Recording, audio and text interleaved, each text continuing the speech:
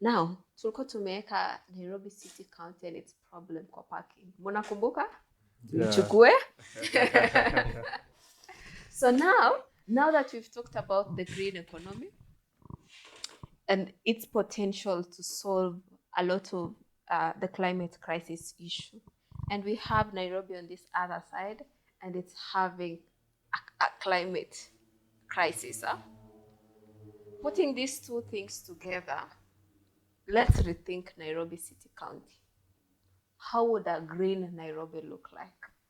How would a safe, in terms of safe from hazards and disaster Nairobi look like?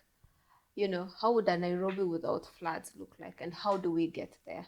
So I think we can try and unpack that. How do we see, hypothetically today, if we vote in the right leaders, if we raise awareness among our communities, in the next 5 years, what kind of change do we want to see in the Nairobi City County? How does that city look like? Kapanga. Thank you. Yeah. But before I go there, I want to reiterate what Kaindi was saying. Basically, what he was saying is meaningful engagement of the city. Those are the people in decision-making tables. They tend to engage their citizenry, but not meaningfully. For example, the youth. That's why we are speaking about policies that don't really speak to the actual needs of the youth. So there's that need to have youth meaningfully engaged. And by meaningfully, it begins from the planning stage all the way to the implementation stage. And that brings me to the point of how would we have that perfect Nairobi? It starts with engagement, even pre-elections, so that the manifestos that so that we're engaged and we feed into even the manifestos that politicians are going to stand by, so that we tell politicians or leaders, aspiring leaders, that this is how you're going to promote the green economy, for example, in Nairobi.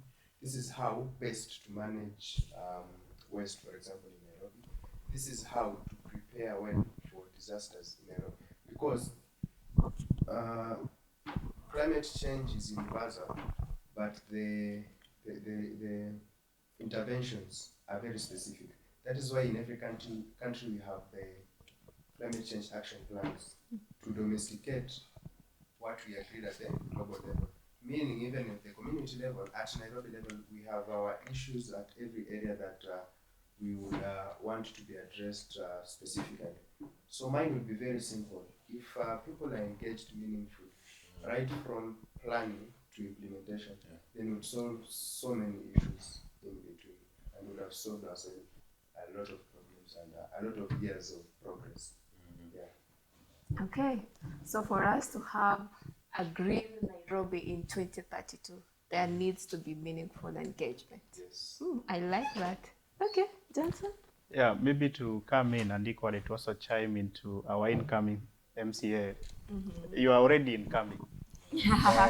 Next time you're introducing yourself somewhere, you're not aspiring, because I believe 2027 is going to be a defining moment for a couple of us young people. Yeah. I think the gap has always been, how do we go about our priority needs as a community level? And how do we go about our scorecards? Because for you to come to Kibera and list education as one of the areas that the citizenry there is really looking keen into, you must have had a chance to sit down with the parents there and them being able to list education as their need. And if they are also going to list water as maybe their second priority, maybe health as their third priority. As a leader then, when it comes to implementation, you go with that order. Sort out education, then proceed to health or water, and then health. So how we go about our priorities, it is not our leaders' priorities, it is our community's priority. And maybe to also come back to the conversation, how a green Nairobi would look like in 2027 and in 2032.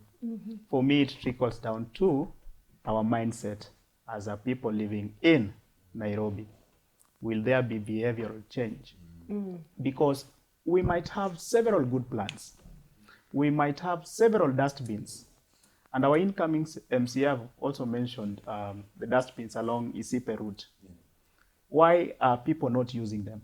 Because it has not dawned on them that my smallest bit to contribute to environmental conservation is to eat a banana and take that banana peel to a dustbin. And how best can we go about it? Whenever we have these conversations, we make sure that each and every one of us is on board. Children being included, young people being included, adults being included. At the end of the day, we are forming alliances of awareness so that an adult can also teach a child can also teach an adult. Because monkey do, monkey see. Monkey see, monkey do. Yeah. At the end of the day, children will always do what young people and the adults are doing. So it should start from that granular level. How do I go about waste at my house level, to my plot level, to my adjacent neighborhood level, to my community level? It starts with how we go about issues from the mind, behavioral change. I really, really, really love that. I love that we are bringing it back to yourself, Yeah. you and I. Yes. What role do I play in this? Yeah. And a lot of people don't like pointing fingers to themselves. Yeah. They, even if you start talking about the floods today, it will just be people just be mentioning leaders' names. So and so didn't do that. So and so did that. So and so did this, and that's why we are having this problem. But it will never come down to the level of sikurusha takataka kwa dustbin. Yeah. And I like that you're talking about children, because then that secures our climate future. It secures the next 20, 30 years of raising individuals who are responsible for the environment and for the planet. I really like that. And Tunjero? I'm here sitting and I think I saw Kapanga laugh when monkey see monkey do. I don't know. He feels threatened that we are going to. It is not the monkeys in the house. I like the moment. Yeah. When we come to what I would want to see in the party perspective, especially because we have membership that looks at us to ensure that we can implement as a party what they want for Nairobi or what they want for all other 47 counties in the whole government. Number one is to look at leaders who are ethical, that can create effective governance in Nairobi. Number two is to ensure that policies and implementation systems are sustainable to ensure that tomorrow, whatever I started today, still holds on. That's why it comes at planting and growing. Number three is ensuring that dignity of the household. Many might be passed by this, but dignity of the household means that if I want to eat ugali and nyama today, I can get that. If I want to take my child to school, I can be able to do that. When you look at issues facing parents in Nairobi, number one would be to ensure that they can place food on the table. 3 meals a day. Does that happen? Yeah. Many people in Nairobi don't have 3 meals a day. That is what we're talking about when we talk about food security in Nairobi. When we are talking about infrastructure that is well planned.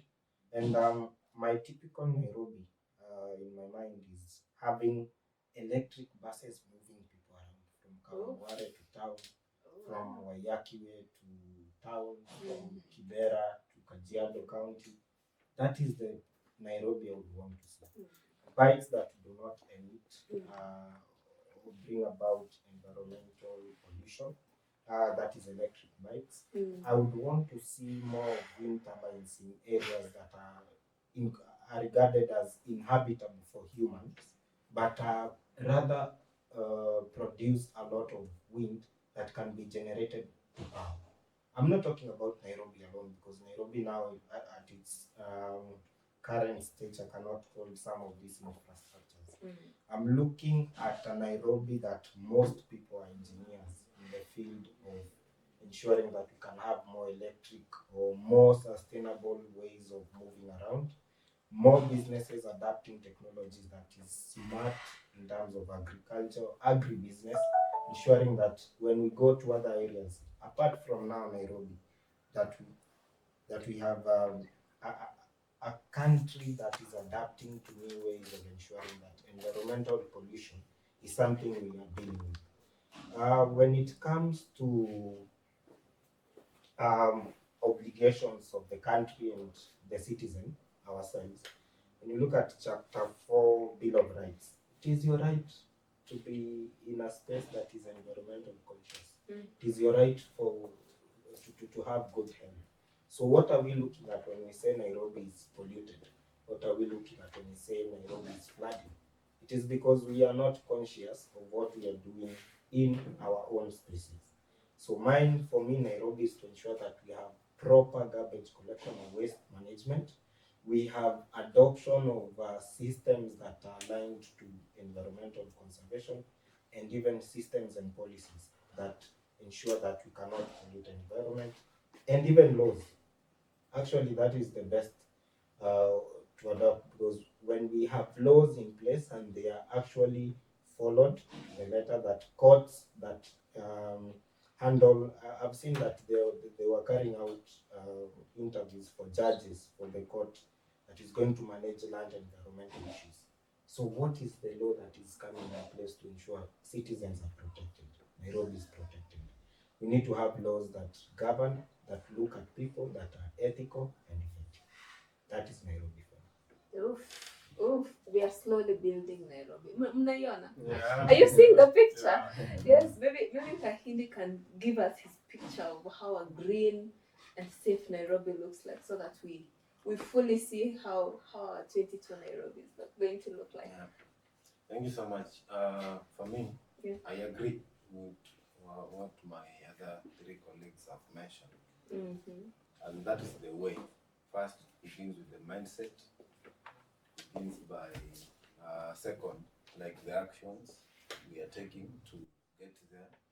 But above all, if we really need to get there, we must hold our leadership into account. That is where no governance comes in. Because we will have so many ideas, we'll have so many things to put on the table, but if we have poor governance, then there's no solution we are going to make. So I urge all the young people who are now conscious about the environment, who wants to make Nairobi green, it is now our time to advocate for that. If we can go to the streets and advocate for good climate, for good climate that is championed by our leadership, if we can stress our leadership to that extent, then you will find them engaging us and telling us what are your ideas. So that is where now we really need to focus on. If we can extend this, we can do proposals to the departments that are dealing with the issue of the specific area in environment. If we can do the same even to the national government, if we can demand for these seats with them, this is how we are proposing Nairobi should look like, then I feel like we will be creating a solution. Otherwise, we might have so many ideas, we might have so many options, but without the support of those who are in power now, then we might draw the line. So I urge every one of us, let this conversation not end here, but now sensitize our people. You saw what happened. Many of our young people died. Many of our people died. Not even the young ones alone. What are we doing about this? Then from there, because for us we are knowledge, we have the knowledge and we know how to do it, we can guide them. If we can really have a meeting with the governor and propose, governor, you see these are blames, you are losing ground. Mwambie tu kweli, ground ni mbaya. Watu wamekufa. What are your actions? So when we now bring those conversations in a way that they are welcoming to them, then they will adopt them. But when we take them as violent, maybe let's say I've mentioned that we need to like demonstrate and do those things, but in a good way. You see, They will buy the idea and they will, because what is the real gap, I want to let you know, my colleagues, is that the leaders feel like we are threatening them. We are not ready to like have a peaceful dialogue with them. You see? And even for me, you see, when we are power, we have had our party leader telling us that tunataka nini? Power. So even you, when you are there and you feel you are not addressed, because these are also human beings. Yeah. If you are not addressed in a good way, or you are criticized. You see, when we keep on criticizing, we are losing the opportunity to transform the nation, because there are those grudges that mimi sasa I have to give you the platform, I'll not give you, and you have nothing to do about it. We'll keep on complaining, and at the end of it, we are not making solutions. So I feel like we need to make it more practical, to move from the wall of reality to the wall of vision, which now requires us to engage with these leaders, help them, because they really need our help. As I've mentioned, most of them, they were given the opportunities by merit, because you are my friend, be the waziri for environment. And purely, he or she has no knowledge on environment. So you can see you are speaking facts here, but the person you are telling the facts has nothing that is getting from what you are saying, which is a really gap. But if we can approach them in a good way, my friend, we have this and this. We have a project that our young people are doing. Can we look for resources? As we are telling them to look for resources, we have gone an extra mile to engage even outside partners to support them. So that next time when we are meeting them, we have 50% of the resources required. Support us with 50. They will see us more into actions than now more in maybe say we like complaints. Me, I say if I fail, I failed. I don't have an excuse to justify my failure. And I feel that is how we need to approach the government, because they are in the table or in capacity to help us now solve these challenges that we are facing.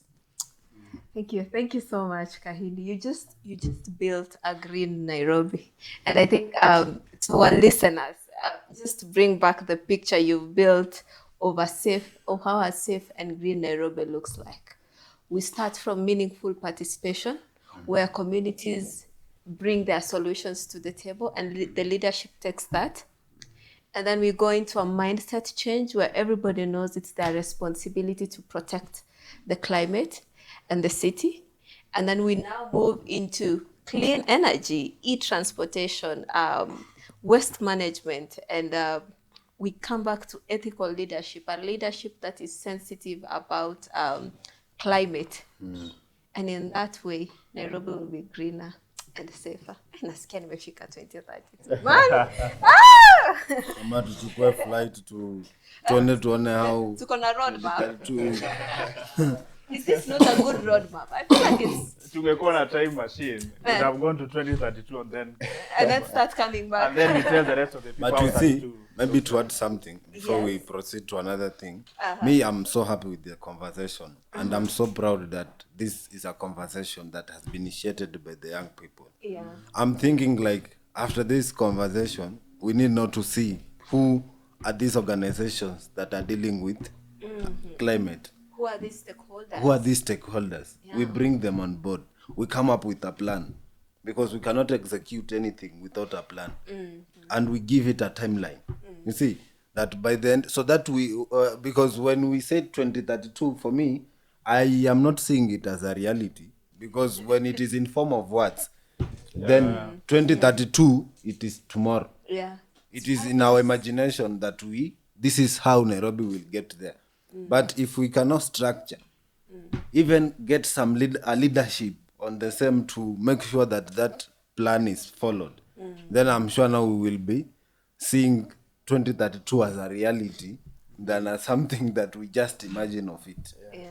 Yes. Yeah. Maybe borrowing from his thought, 2032 might look so far if you're not able to break it down. Yes. This is what we want to see in 2032. But the next 2 years, this should be in place. So breaking it down and reviewing it maybe on an annual basis, yes, or even biannual, or quarter, so that bit by bit we're able to track We said we were going to do the green parks. How far are we with it? We said we were going to do a couple of community sensitization. By now, what efforts have we made? That is now the solution. So breaking it down to a level that you're able to keep track as you're moving forward. Yes, 2032 is there, but you're working with 2028, 2029, 2030. Then we'll get to 31, and then it dawns on us, yes, we are getting it right. Yeah. If we are not able to do so, then we might be living in the beat on, we want to do this in 2032. We are We are just talking about 2032. imagine it. Just imagining about 2032, and nothing is happening. Yeah. I agree. That really needs a concrete plan and a lot of accountability that goes into it. Yeah. So now, if we talk about that, we'll take a whole day. I want us to shift a little bit and we talk about something very important: money, pesa. Where's the money? Where is this money? Climate finance. We know there is money somewhere. Hatujui iko wapi? And where is this money going?